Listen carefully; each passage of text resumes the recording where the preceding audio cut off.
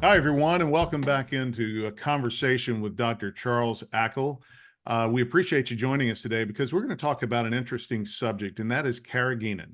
We've had a variety of consumers who have asked us questions about this product that is a part of our product, and we just want to address that in an open forum. So we've invited an expert today, and that is Tim Dye. Tim is our Senior Scientific and Operations Advisor on EMI. So Tim, welcome in. We're happy to have you today. Hi, Pat. Hi, Charles. Very pleased to be here.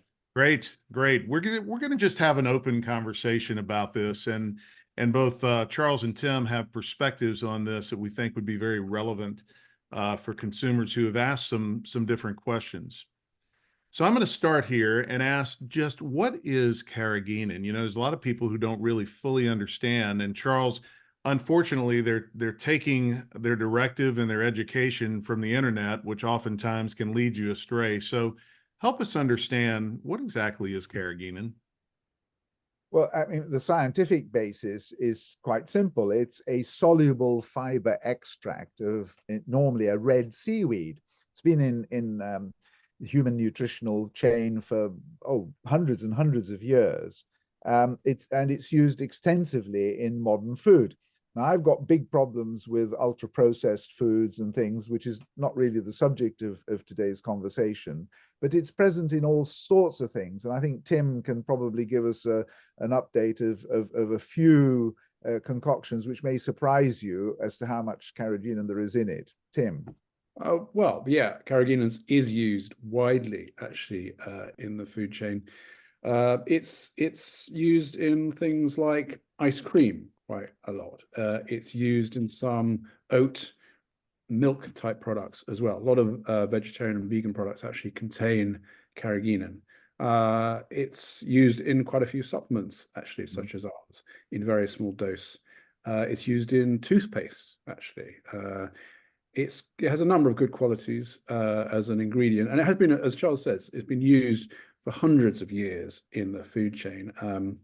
Particularly in Ireland, for example, they've been using it in the food chain for hundreds of years, and it's actually wild harvested off the coast of Ireland still, among other places. Most actually carrageenan or red seaweed is sourced off the coast of Africa and Southeast Asia now, and it tends to be local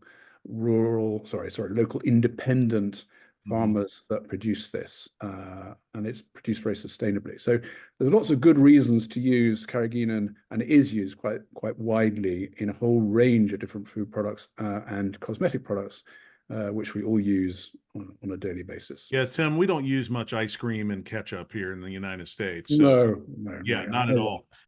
From the point of view of the science and medicine, carrageenan is safe according to the FDA and all sorts of other regulatory authorities. But there are concerns because there's a tendency to mix it up, particularly on the internet, with degraded carrageenan and polygeenan, neither of which are at all acceptable as food grade products. So whilst carrageenan is accepted by the regulators, polygeenan, degraded carrageenan, is not, and can be really quite toxic. And so the concerns are, well, gosh, does this cause a problem with your immune system? Does it irritate the colon? Does it produce colitis? And so, there are so many articles out there. It's very difficult to get a serious and sensible consensus. Generally, there are sufficient data to cause some concern among people. But then, as Tim has just said, it's sourced from all sorts of areas of the world, and the production extract has to be done to a very high level of quality control, which is why we at IMI are particularly fussy where we source our carrageenan from, that it is of really top grade stuff and that there are no contaminants which might cause concern. So Tim, we've talked about carrageenan is used. Explain to everyone how carrageenan is used in IMI. And go ahead. Yes.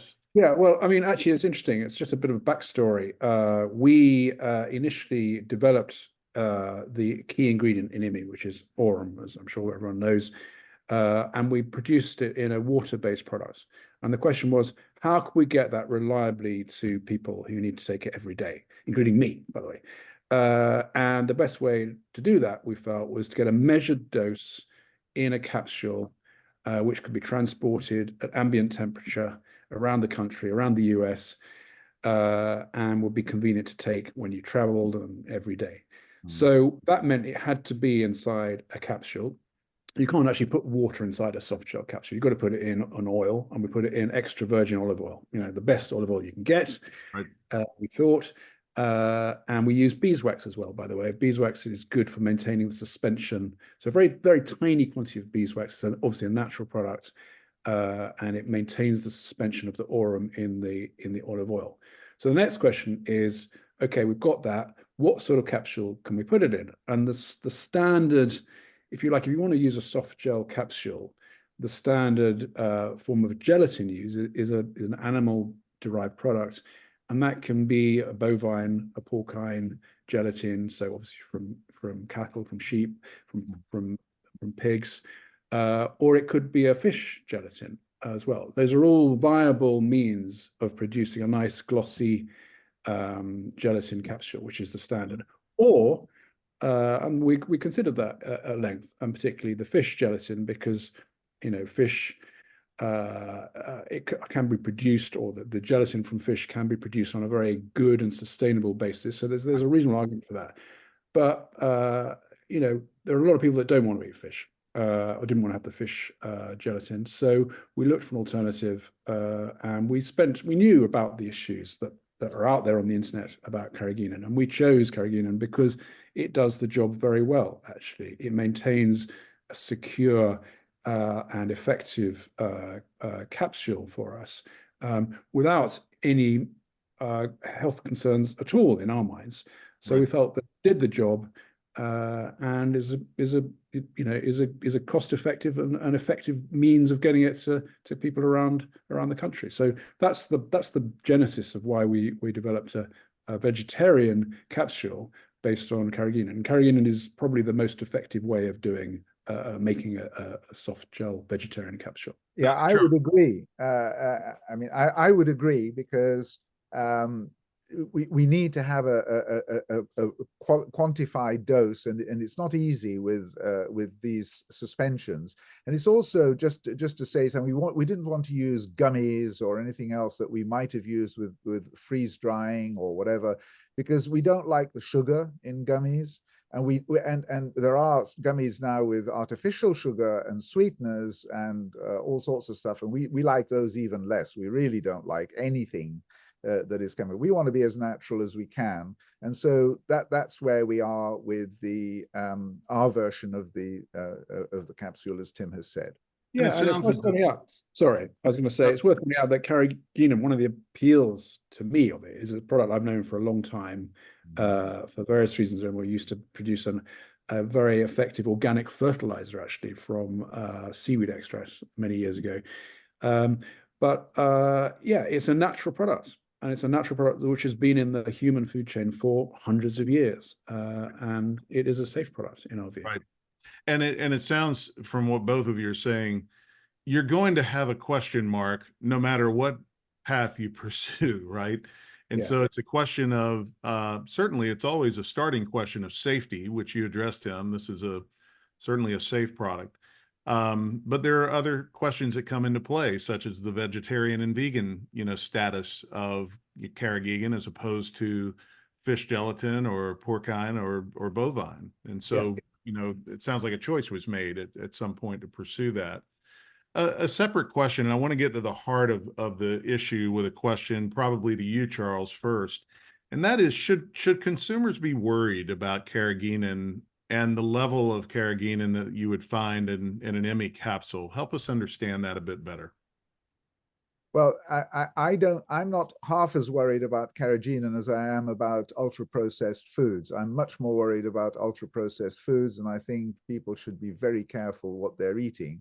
The Carrageenan doesn't worry me so long as it's properly manufactured and sourced, and you're not, and in the food it is. But I mean, the toxicology studies that I know about toxicology studies, but the published studies, whether you're a conspiracy theorist or not, there's no doubt that some of the studies are incredible. The amounts of carrageenan that have been given to experimental animals all the way up to monkeys.